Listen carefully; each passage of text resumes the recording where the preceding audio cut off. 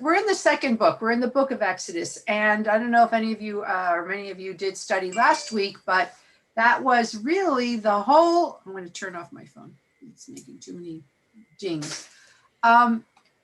It was really the whole story of Moses from before he was born, his birth, his, growing up in the palace, his murdering of a Egyptian taskmaster, and then having to run, his time he marries and lives with Yitro out in the desert in Midian, and his spiritual experience with the burning bush, and God saying, go back down to Pharaoh and tell him to let my people go. So this one starts with a very interesting beginning. Va'era means, and I revealed myself, or I showed myself, and God is talking to Moses. And we know that it says at the end of the Torah, never before was there a prophet in Israel who spoke face to face with God like Moses, and they're constantly having a conversation. And God says to him, I revealed myself to your ancestors as El Shaddai, but I've never revealed them to anyone but you, or I'm starting to reveal you as the Yud He Vav He, the Yahweh name. And so we're learning that God has different names and different attributes. And I think it's interesting to think about names of God. I always have a problem, as I've said before, with this word God. It's so paltry, the word God, for the creator. And there are multiple names for God in our tradition, by the rabbis, by the Hasidim, or whatever. But they talk about this name Shaddai, El Shaddai, which we don't really use much. And we don't really know what it means, except I know Penina will agree. Shaddayim, the plural of Shaddai, means breasts. So you think of a God, the God of the breast. What does that say to you? What would you think of that kind of God? So I'm curious. I mean, this is going to be a dialogue. I want to dive deep and look at some stuff and analyze it. I don't just want to read text. I want to go deep, because I think that's more fun and more delicious when we study Torah. So let's just start with, okay, he says, and the rabbis, by the way, say Yahweh or Adonai, Yud He Vav He. It's not Yahweh. That's not how you pronounce it. We don't know how to pronounce it. But that people say it that way, is represents the attribute of mercy. And Eloheinu, or Elohim, the other one we know, Adonai Eloheinu, represents the attribute of judgment. So there's God of mercy, God of judgment, and then there's this Shaddai, God of the breast. What does that mean to you? I'm curious. God of the Shaddai, El Shaddai. Just try, Penina. Female. Okay, Penina, you're muted. You're muted. How about full frontal? Okay, Penina. Okay, now okay? Yeah. Okay. It's something that's really close to you, and you carry it with you all the time, because you can separate a part of your body when you want to. I like that. There. So it's close to your heart and also always there. And it's close to your heart. Okay, now who said, kind of as a joke, but not really, Nan, full frontal? What do you mean? Well, I think of like the breastplate that we put on the front of the Torah. I mean, I realize that came like in the 19th century, right? This idea of the breastplate, but even the breastplate on Aaron with, I mean, it's full, it's frontal, it's in front of you, it protects you. It's so protecting quality, quality, close to you, close to your heart.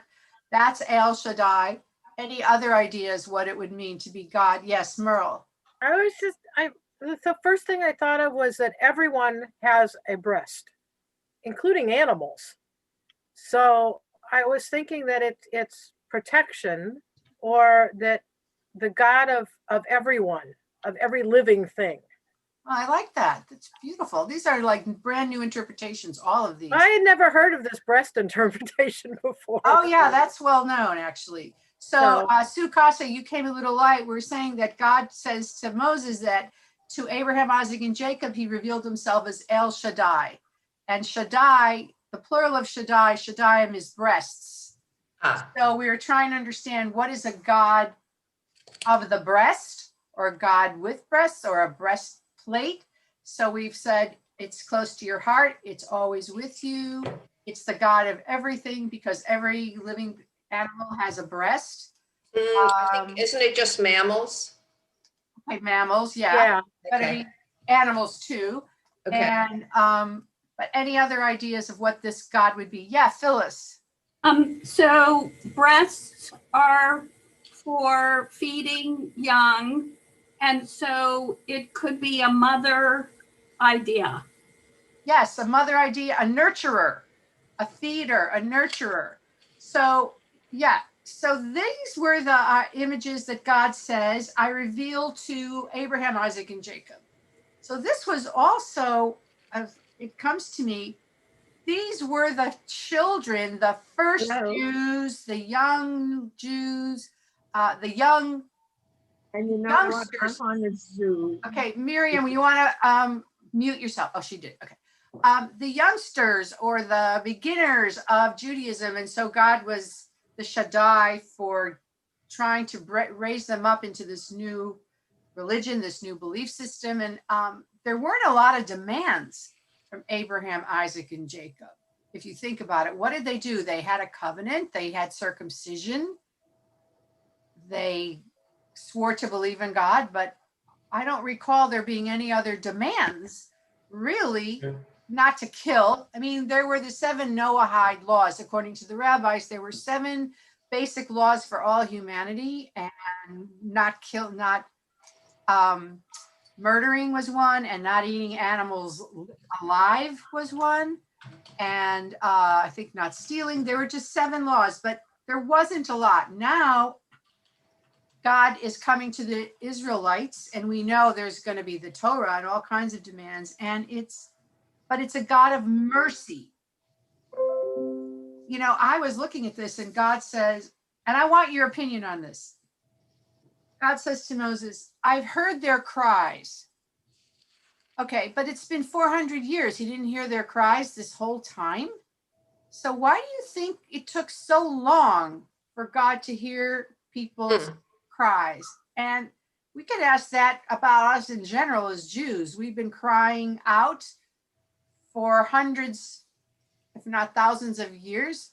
And why do you think God finally says, I hear the moaning of the Israelites.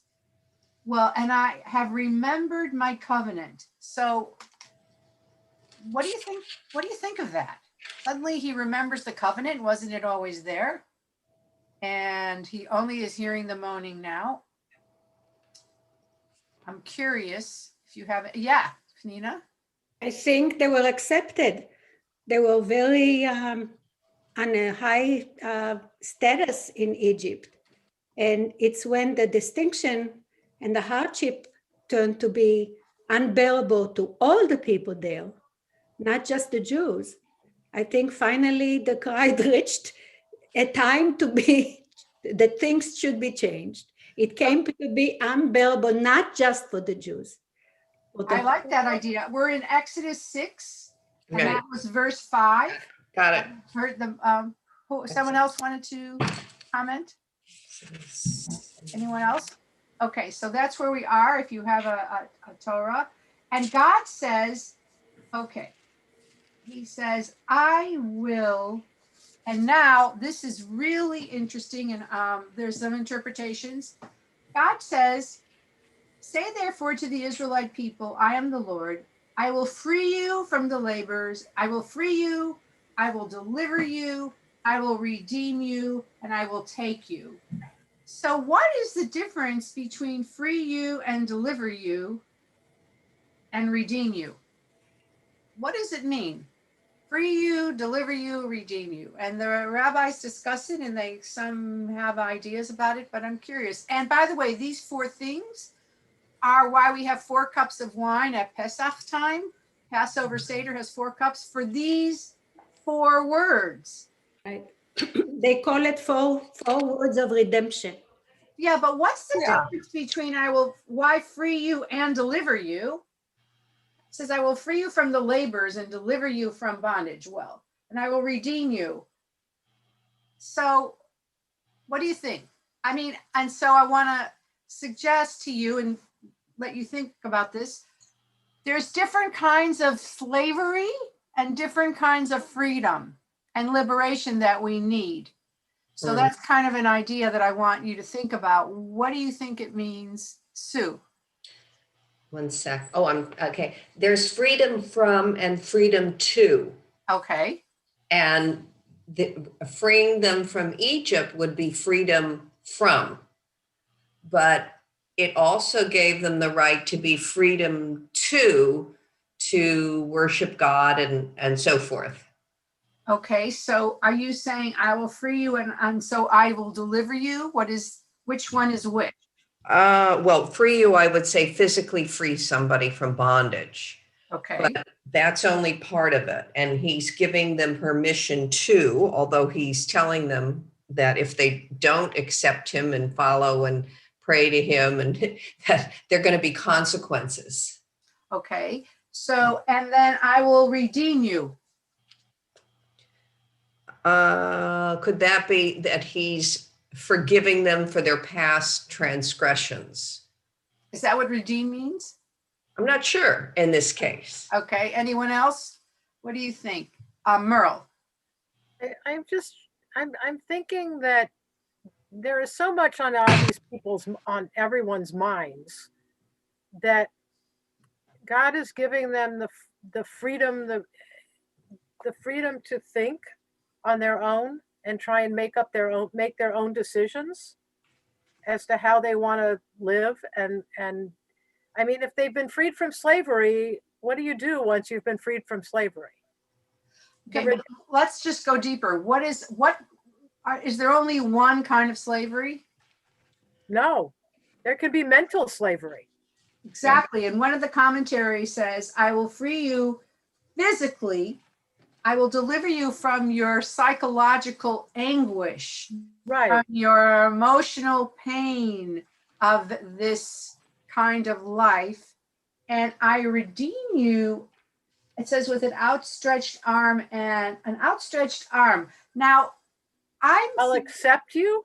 I like that idea that usually we think it is like, oh, I'm going to defeat your enemies. But the outstretched arm could also be, come here, I welcome you. I bring you in. I accept you. So it could be a different thing. This would be actually really cool at a Seder to talk about each cup and how each cup stands for a different kind of freedom. We talk about our physical freedom, our emotional, psychological freedom. And I mean, I personally am very enslaved by anxiety right now. I mean, more than physically, but I wake up anxious. I'm nervous to go to the store. I'm so insane. I wake up at 3 a.m. to go to the bathroom because at a certain age, you can never sleep through the night. And and I put on the New York Times on my iPhone and I start reading ridiculously, or the LA Times saying, about the corona. So I need liberation. I know it's bad. Believe me, I'm not stupid. I know. And I'm wondering, are you enslaved in some way we're also like enslaved in our houses. We can't even go out practically. Okay. So yes, I'm in, and somebody did something today that really disturbed me, and I know I shouldn't say anything, but I was having a conversation with somebody on Facebook, and somebody criticized something I said. Right now, I'm feeling enslaved by people who are so busy criticizing everyone for living their life the way they choose to live it. As long as we're being safe and taking care of ourselves and being careful, etc. I'm having a really difficult time with people that refuse to do anything to try and make their lives better. So you're kind of, it's your emotional. Okay, So it's emotional, but it's an emotional enslavement in a way. yeah. Because I spent my whole lunch before this class, like, do I call her and do I say something, or do I say something in general? It just, there are things that just really are making me annoyed right now. And it's an emotional or a physical, it's not physical enslavement, but it's not even staying off of Facebook, Susan. It's in general. Yes, It's I in think phone books. It's we're all on our over the last, place. we're all on our last nerve, as they say in the So South. I guess it's emotional more than physical, but in my case where I'm diabetic, it could cause physical issues as well. That's true. Okay, Miriam. I always enjoyed these 4 definitions, the 4 gulot, and that are always emphasized at the Seder and said over again, because God didn't just hoteti take them out. He just didn't hitzalti rescue them. He just didn't redeem them. He also he also brought them, so that I think the Tanakh wants us to understand right here the huge importance of the beginning of the Jewish people. Just to take them out of Egypt, that would not have been enough. He needed to, as we say, every one of us is enslaved to something. There isn't one of us who is not. Some of us are very aware, and we try to work on it and make it better. But this talks about the whole Seder to me. It talks about the importance of once a year at the Seder table. Let's not just read this, but let's get everybody's opinion on it. Let's get everybody to talk about enslavement in so many different directions. I agree with you. I'm curious what people think about the third one, redeem. What does it mean to be redeemed? Besides redeeming a coupon, or something. God says, I'm going to redeem you. So what is that? How, Susan Ehrlich, nice to see you. To retrieve, to reclaim, repossess, and vindicate as well. I like that. So I'm taking you back as my people. I'm retrieving you back. I'm plucking you out of this Egyptian world, and I'm bringing you back to our covenant. So we sometimes need redemption too. And in Christianity, redemption means to be saved, but it's also in that word of rescue, of lift you up. Also, sometimes it can be, I'm elevating you from your depths, which is where they were. Sue. When Rabbi Leader had a conversation with Bishop Ulmer, Bishop Ulmer said some things that really resonated with me. And he was talking about freedom, and I tried to say what he was saying before. I'll make another attempt. He said, just being physically free after slavery if you're a slave, you don't have freedom too. You cannot make a choice. You cannot accept God. You cannot decide what you're going to do. You don't have freedom too. So just being freed as slaves was only part of it. The fact that they had freedom too was really the more important. And I think that's kind of what they're saying here.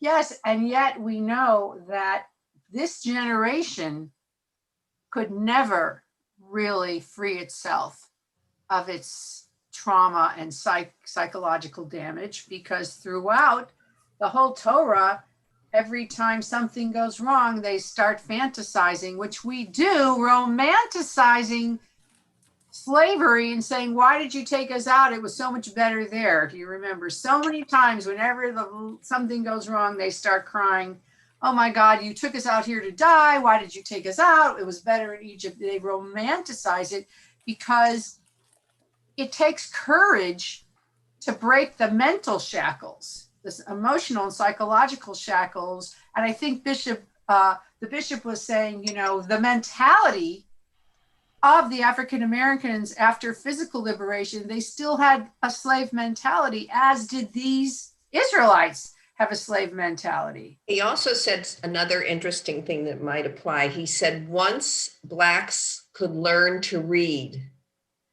there was no turning back. Right. There was no stopping them. And I guess that's the idea, that education opens doors, and hopefully it allows people to think independently. As a slave, you don't have any of those rights. That's right. And only information you get is what somebody gives you, not what you choose for yourself. So now this is another thing about the Torah that I love. I read this story all the time, and suddenly I see things I never saw before, or I went, oh my God, I didn't remember this, or I didn't read it. But it's this like verse 9 in chapter 6. God says, first of all, before that, the lead up is God says, tell the Israelites that I am their God. I'm renewing the covenant. I hear their cries, and I'm going to redeem you. I'm going to liberate you. I'm going to take you out. I'm going to bring in my people. So then in verse 9, but when Moses, I don't remember this. You've got mail.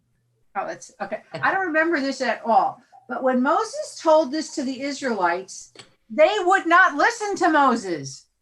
Their spirits crushed by cruel bondage. They couldn't even hear him. They couldn't even believe it. They said, no, that's never going to happen. And and this is what we're talking about, the psychological enslavement. They would not listen to him.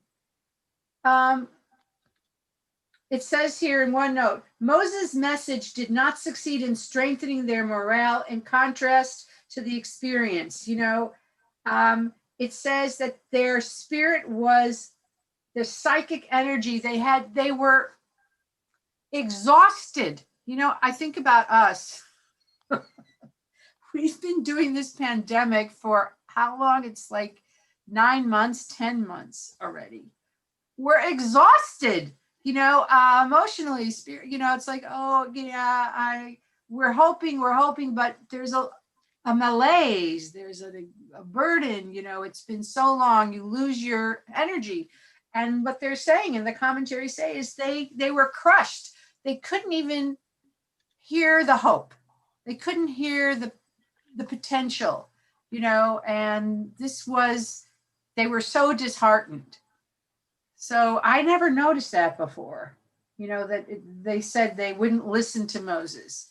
So then the next sentence, so God says, I love it. Okay, forget about them for now. Go to Pharaoh and tell Pharaoh to let them go, okay? Go and tell Pharaoh, king of Egypt, to let the Israelites depart from the land. And then Moses argues, if the Israelites would not listen to me, how then should Pharaoh heed me, a man of impeded speech? So this is really important, that he didn't feel that anyone would listen to him. I mean, I think a lot of us say, well, I'm not going to speak up because who's going to listen to me? You know what I mean? We are reluctant to make waves, to speak up, to demand, and Moses was no different. Plus he had a speech impediment. We know about the story of the speech impediment. Does everybody know, or not everyone knows the story? Does anyone not know the story? No. You can tell me if you don't. Does anyone not know the story? That he had a lisp or he had a stutter. We don't know what he had, but he was not a good speaker, which is so interesting, and today in our 21st century to think about the value of people with disabilities that we don't always think about. And here he had a speech impediment and he was the speaker and leader. God picked him. I also wonder why God waited so long. Maybe he was waiting for the right person. And the thing about Moses that's different since Joseph, you know what I mean? It says in the last one, Pharaoh forgot about Joseph. Well, what do Moses and Joseph have in common, do you think? They both had a moral compass, a sense of ethicality and what was right and what was wrong. Okay, but They had a sense of caring. yeah, they did. for the They did. Lower person. What do you? Anyone. Wait, It's a Jeff, I sense- don't hear you. What? It's a sense of caring for the other person. It's not just that he had a code, he was able to see the application of that code to his behavior with those people around him, whether it was the Israelites and protecting them from beating, or whether it was the Midianite daughter who was protected from the other shepherds. I mean, when he saw an inequality of power, he stepped in to balance that power for the underdog. He was the arch champion of right and the underdog. And you think Joseph was the same? I think less that I could use those terms for Joseph, Right. but I think Joseph did some very good things, but he also created some very bad Egyptian patterns of indentured servitude and slavery that lasted for centuries for the Jews. Okay. Panina. I don't think he created slavery. Both of them had the problem of dual loyalties. They both were into the pharaohs. One of them was brought up in the pharaoh's house as a child with a Jewish mother nurturing him. At least another And 20. the other one was married to the daughter of the pharaoh. So he gave the Jews, Joseph I'm talking about, gave the Jews the best part of Egypt, Goshen, to live in. So he actually knew that the family, who he was and what family he came from and what nationality, because he gave them the best part of the land of Egypt to live in. But I like going back to what you said before. Yeah, the dual loyalties. Not Right. only dual loyalty, dual ability to communicate with both With the pharaohs. Hebrews and the Egyptians. Exactly. They both spoke both languages. We're going to assume there was different languages. They both knew both cultures. They both had access in some way to the Pharaoh. I mean, Moses went to see the Pharaoh, but he'd grown up. He knew the Pharaoh, so he was able to get in. Joseph was chosen by the Pharaoh to be his second in command, so he also had a relationship. So it's like a bilingual, binational person who could connect to both. And I think that's what might have made them unique for their jobs, that they had a foot in both worlds, Joseph and Moses. But still, it seems like, Joseph had these incredible talents to interpret dreams, and Moses had a defect, and he didn't really want to, he didn't want to do it. And that's kind of an interesting pattern with prophets.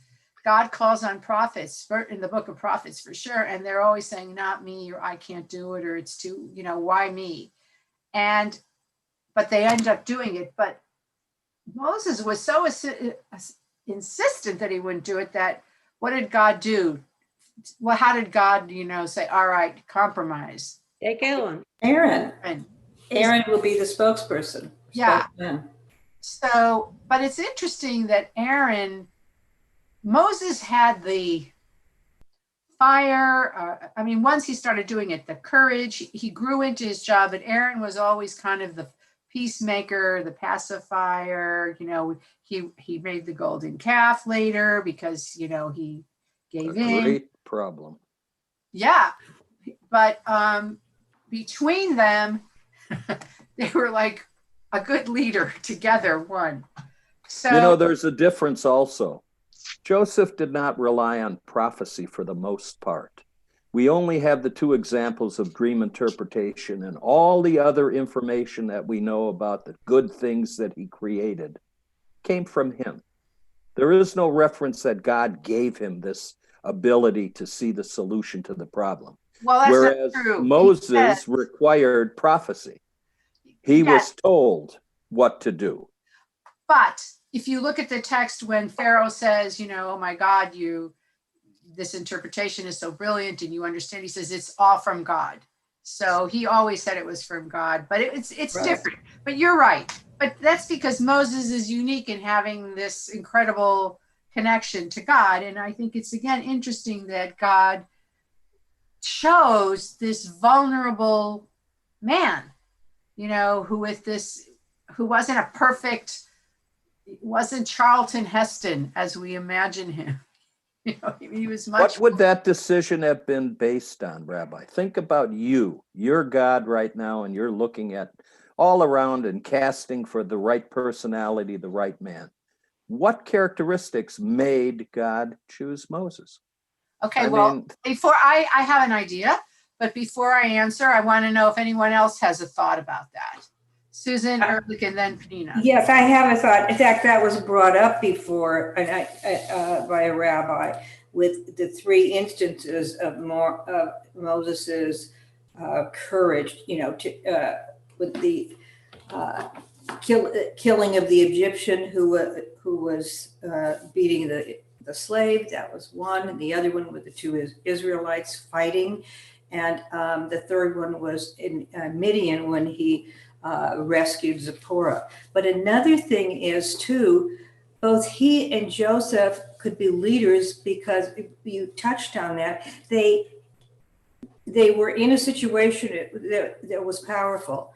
And I think it's Chaim points that out, that leaders have to come also from some positions of power or knowledge. And they point to Martin Luther King and John F. Kennedy and even Gandhi, who was a lawyer, and that they can't come from the slaves themselves at that moment. And whether that's true or not, I don't know, but they were, Moses was raised as an Egyptian, Jewish mother, yes, but raised as an Egyptian. And Joseph was very powerful, and he was viceroy. So they had advantages. They had advantages and ability and time to develop leadership or understanding or insight. I think I totally agree with you. I think there's another quality that Moses had that I want to hear about. See if anyone, Penina. All great leaders, they were shepherds. They were shepherds. They knew how to control a flock. They knew how to care for a flock. They knew how to see that the baby lambs are going to be taken care of. And if you see how kings were chosen also later on in history, they were all shepherds first. And Moses had two things going for him. He got to be a shepherd when he met Zipporah. And also he knew the desert by then. He knew he was in the desert. So now here he comes, and he's got this ability to lead a flock. And also he knew where he was going. That's a lot. Really good. That's very good. Okay. Yeah, You still have to have the desire to lead the flock. And yeah, but that's the difference. Well, he had the experience. Right. And God didn't really give him a choice, because no matter what he said, God argued back. I want to hear if anyone else has an opinion. Merle? I think in a lot of cases, you can be shy or not have the ability, in Moses's case, because of he might have been embarrassed by his speech impediment, that sometimes, you know, you can write it all down on paper and you can give it to someone else and say, this is how it should be done, and it'll work. I think God saw that in Moses, that you've got the ideas are in your head. You have the ability. You have to get over your insecurity and just spit it out and do it. Okay. Anybody else have any ideas? Oh, Susan, another thing? I just thought of something during this. Well, Moses is acclaimed retrospectively for his humility. Yeah. And Exactly. maybe that was one of the traits. And it just occurred to me, he was prevented from going into the promised land because at the point that he struck the rock, wasn't just striking the rock, but his words, look, I'll show you what we can do. That's when his humility vanished. And maybe that's one of the reasons that he was denied besides the fact he was old and leaders are different. He needed a young guy like Joshua, a warrior to lead.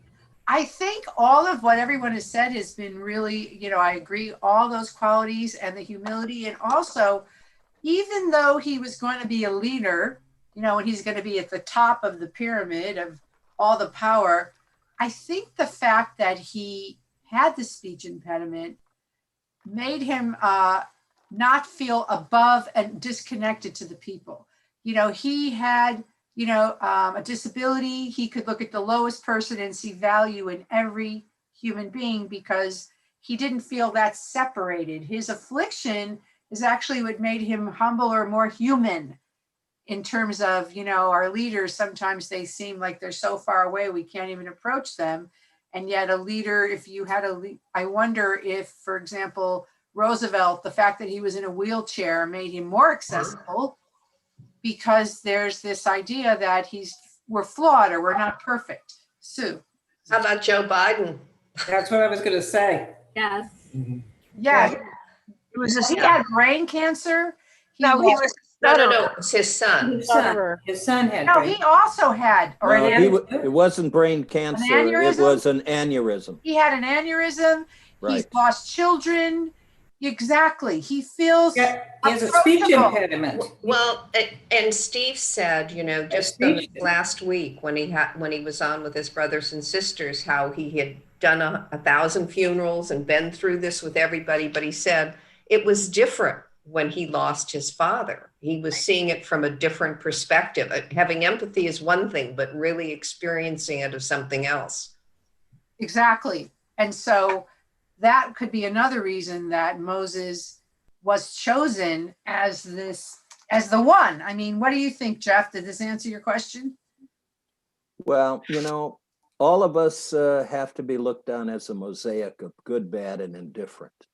And Right. in the beginning of this story, when he is headed towards Egypt, God is just about ready to kill him for not circumcising his own child, and his wife saves his life by doing the circumcision. So the man has episodes of great strength and wisdom and great failures of performance. And, I guess that's why he becomes such an outstanding character for the rest of us humble people. That's not me, of course, but.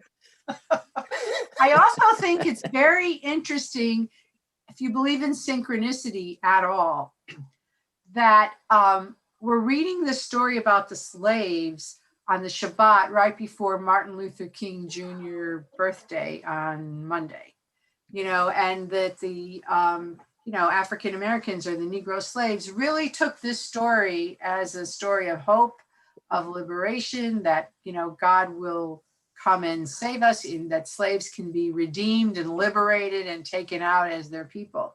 So I mean, it's just timing, but the message seems, on multiple levels, just interesting. I think about that.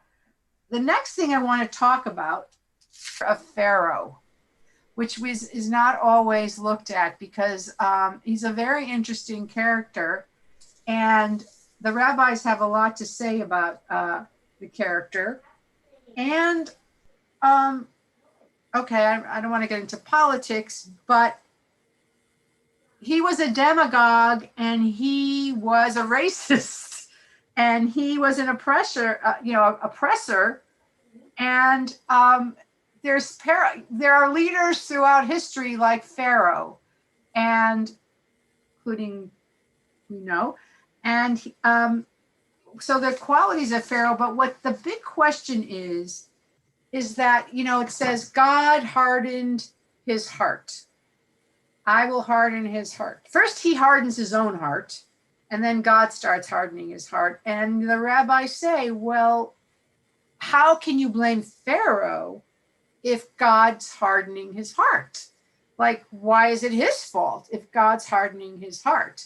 And there are different interpretations and understanding of that, but I'm curious if you have an opinion of that, Jeff.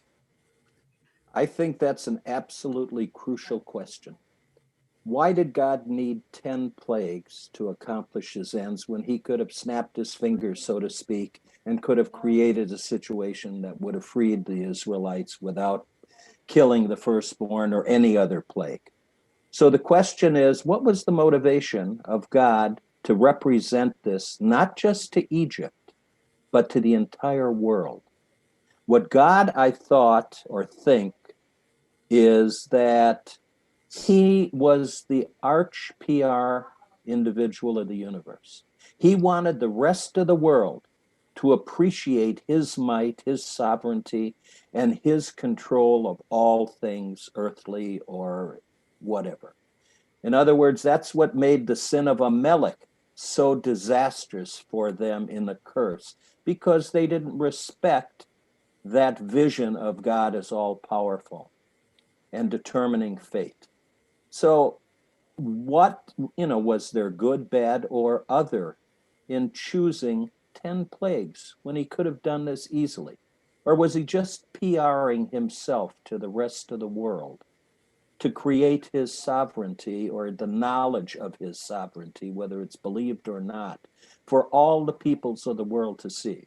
Because Egypt was just the example for the rest of the world, and they all knew what happened in Egypt with the plagues. Okay. So you wonder, motivations and reasons.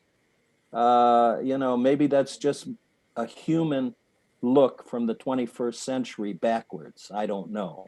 Okay, But that's motives. really good points. And I did find one midrash that explains some of what you are asking, but I'm curious about what you think. Why did God need 10 plagues? And if God, quote unquote, hardened Pharaoh's heart, why is it Pharaoh's fault that he kept saying no? All interrelated reasons. So who has some thoughts about it? Okay, Penina. I think it's about giving people a chance. You give them a chance and you see what they do. And he gave them the chance many times over. And every time he went back to his old ways. So it's all about Dibra Torah Bilshon Bnei Adam. The Torah spoke in the language of people. All those miracles and everything, get down to it. What happened? He gave him a chance, he didn't help. He didn't give him a chance again, didn't help. Again. Finally, it hit the spot when it came to his children, and he said, take everything you want, just get out of here. But then he changed his mind. Okay, again, because that was the problem from the beginning. Okay, I like that. That the person changed. The person didn't change. He got 10 chances and he still didn't change. He lied every time. He said, okay, and then he changed his mind. So how many chances God gave us in the desert? Many also. We were not angels. And I'm going to give you, the world doesn't learn really quickly. It has sometimes a strong hand to teach somebody a lesson and to make him change his mind. I'm going to give you a chance something that I shouldn't go back to. When the British was occupying Israel, there were three, divisions or classes of action that took to finally tell them to get out of there, okay? And we were the first one who started the decolonization of the British Empire. So what happened? First, we had the Haganah. What does Haganah means? Defense. Ben Gurion was... this is a long tangent. No, I'm going just to the second and the 10. The second was Irgun Tzvai Leumi, that's Begin. that was an organization of army, to put an army together. In other words, again, with defense. But then came the third one, Lochamei Lehi, Yair Stern, who got killed on the roof of where my husband was raised. ארגון צבאי לאומי. No, לח"י Okay. was This לוחמי is way off the topic. חירות ישראל. Okay, yes, but The warriors of freedom, חירות, just like you were talking before. yeah, I understand, but what I like where you said God gave Pharaoh many chances. God, that's one idea, that you keep getting chances. All right, Susan and then Sue. Okay, well, yeah, and I agree with that, with many chances. I don't think it was just a publicity thing for God doing a PR. I think it was giving chances. 5 times it says, I mean, I'm getting this from Chaim too. Pharaoh hardened his own heart, and then God hardened Pharaoh's heart. What often happens, I mean, in human psychology, how many times you act perversely or wrongly, you do it, or stubbornly, you do it several times, and then you're in this cycle. And it goes, God didn't even have to harden his heart more, because he himself had, and I'm thinking also about the election fraud. I don't want to. No, you're right. It's a lie. Just keeps. They're lies. They keep building and building, and then they have a self-perpetuating, it's like a snowball, that those lies keep building, and you don't need an outside power doing it. You've done it to yourself. So Aviva Zornberg, who's a great biblical scholar, she said, asked this question. She said, the classic direction to answer has to do with reaching a point of no return. Then one can make oneself obdurate and close to all appeal from the outside world to such a point that, in fact, as if human autonomy ceases to act together, one no longer has the power to backtrack. It's like you can't, you're so hardened, you're so set in your ways that you can't, hold on, I'm just going to get rid of this. I'm teaching a class, I'll call you back in 5-10 minutes. You're so set in your ways that you can't even get out of it if you want. One no longer has the power to backtrack, and from that point onward, she says, I think it's a kind of figure of speech that says God hardens his heart, because it's now in his nature. He can't apologize, change. I mean, you know, it was pretty shocking that, I have to say, after what happened in Washington, that the president still said, I won, and I didn't do anything wrong. It was appropriate. People said it was appropriate. Who said it was appropriate? So, I mean, it's like you're stuck, you're cemented into your mindset, and you can't change. So I thought that was an interesting analysis of Pharaoh. Susan. I was just going to say that, you know, if you take a look at Hitler or any demagogue, they begin to believe their own press. I think that's the case with Trump. He felt that, you know, Hitler, his mistake was invading. He didn't think he could do any wrong. He evaded. He had 2 fronts going, and he also didn't leave. He was so consumed with exterminating the Jews that he didn't see that it was forcing him to take resources that could have helped him win the war. So it's like it goes exactly with what you're saying, but I guess I'm giving an example. And the same with Trump. I actually think if he had handled the coronavirus differently, he would be president, but he couldn't admit that I made a mistake and I got to reconnoiter. I got to change my approach. He just couldn't let go of it, and it led to his defeat. So I think most demagogues, they begin to believe their own press. Oh, their own invincibility. Yes, that's what I mean by that. Yeah, and you know, they don't make good decisions. Now, I read another interesting midrash that the reason for the 10 plagues was that the Israelite people were so degraded and so oppressed, as it mentions in this text, that they didn't even know how bad it was. They were like used to this degraded life. They weren't going to leave. They just said, well, it's not that bad. It's not that bad. It's not that bad. And so the reason for the continuation of the plagues and the oppression was for the Israelites to finally say, I want to leave. I've got to get out of here too. So that it was also about them becoming sanguine, and I've talked about this before, our own ability to accept the unacceptable, like walking down the street and seeing people living on the street, living in the gutter, sleeping on the sidewalk, homeless all over. We just walk by. We walk by. If you look at the Warsaw Ghetto footage, you'll see the people walking down the street, and there are literally dead bodies on the sidewalk from starvation, and people are walking by, and you become degraded or so accustomed to the unacceptable, you don't even know it's unacceptable anymore. And that is what they said about the Israelites. They didn't even realize how degraded and terrible their lives were. And that's why it kept getting worse until even they said it's too terrible. So I thought that wasn't it true, Rabbi? Wasn't it true that Goshen did not suffer in any of the plagues? So that the Israelites were purely observers of the Egyptian catastrophes. But their own lives were getting, But slavery stopped. Slavery stopped after what, the second or fourth plague? I don't recall that. I don't know what neither. I don't know where Neither. slavery stopped.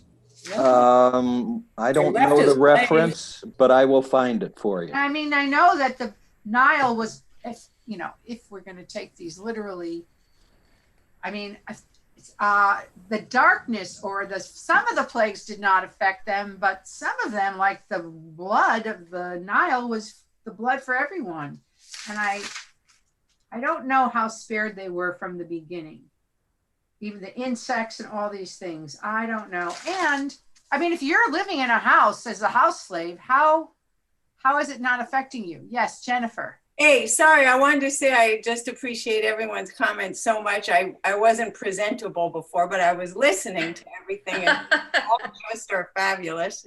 And thank you, Rabbi. And I wanted to, I had just such a funny thought that what if, because remember your question about Moses, what about the stammer and why him? And all of a sudden I thought maybe this is the evolution of a character from Abraham through all of our various Jacob, and then finally, because remember, I want to say Jacob, he's sort of controlled a little bit by his wife, so he doesn't talk at all. He's sort of, that's Isaac. Isaac, sorry. Yeah. Sorry. I got to get my prophets right. Women, humbug. And then finally we reach Moses, who has a stammer, but he recognizes clearly right from wrong. Whereas Jacob is, and please, I hope I haven't confused this one, can't really tell the son Esau from. No, that's Isaac.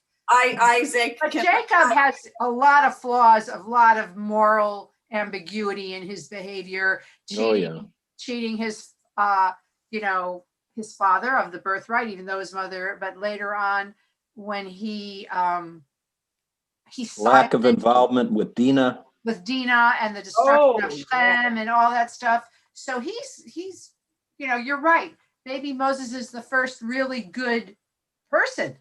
I think the evolution of a soul. I would say the soul is one in God, and that comes down into human form, and so it gradually evolved into the broadness of Moshe. So I love that. Thank you. Mm-hmm.